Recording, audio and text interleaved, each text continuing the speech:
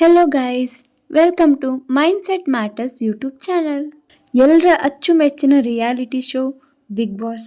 ಇವಾಗ Bigg Boss Kannada season 12 ಫೈನಲ್ಗೆ ತಲುಪೋಕೆ ಒಂದೇ ವಾರ ಉಳಿದಿದೆ. ಹಾಗೆ ಮಿಡ್ ವೀಕ್ ಎಲಿಮಿನೇಷನ್ ಮಾಡೋ ಸಮಯ ಕೂಡ ಬಂದಿದೆ. ವಿಡಿಯೋ ಸ್ಟಾರ್ಟ್ ಮಾಡೋ ಮೊದಲು ಯಾರೆಲ್ಲ ನನ್ನ ಚಾನಲ್ ಇನ್ನೂ ಸಬ್ಸ್ಕ್ರೈಬ್ ಮಾಡಿಲ್ಲ ಅವರು ಸಬ್ಸ್ಕ್ರೈಬ್ ಮಾಡಿ, ಹಾಗೆ ಲೈಕ್ ಮಾಡಿ, ಕಮೆಂಟ್ ಮಾಡಿ, ಹಾಗೆ ಶೇರ್ ಮಾಡಿ. ಈಗಾಗಲೇ ಬಿಗ್ ಬಾಸ್ ಮನೆಯಲ್ಲಿ ಮಿಡ್ ವೀಕ್ ಎಲಿಮಿನೇಷನ್ ಕೂಡ ಆಗಿದೆ, ಬಟ್ ಇನ್ನೂ ಪ್ರಸಾರ ಆಗಿಲ್ಲ ಟಿವಿಯಲ್ಲಿ.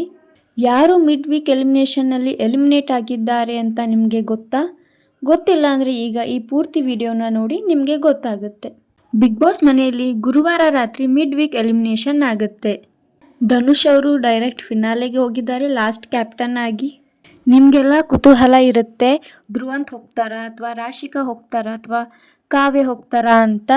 ಧನುಷ್ನ ಬಿಟ್ಟು ಎಲ್ಲರೂ ಕೂಡ ನಾಮಿನೇಟ್ ಆಗಿದ್ದಾರೆ. ಧನುಷ್ ಕ್ಯಾಪ್ಟನ್ ಆಗಿರೋದ್ರಿಂದ ಅವ್ರನ್ನ ಬಿಟ್ಟು ಎಲ್ಲರೂ ನಾಮಿನೇಟ್ ಆಗಿದ್ದಾರೆ.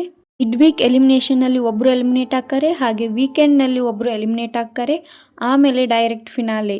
ಯಾರು ಎಲಿಮಿನೇಟ್ ಆಗಿದ್ದಾರೆ ಅಂದರೆ ಧ್ರುವಂತ್ ಅವರು ಎಲಿಮಿನೇಟ್ ಆಗಿದ್ದಾರೆ.